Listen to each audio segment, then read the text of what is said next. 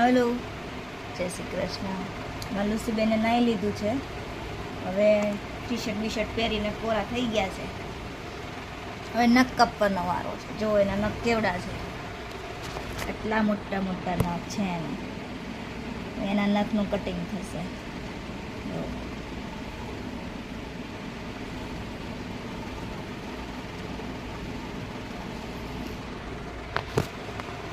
આ છે એનું કટર, નેલ કટર લુસીનું. આ રીતનું આવે.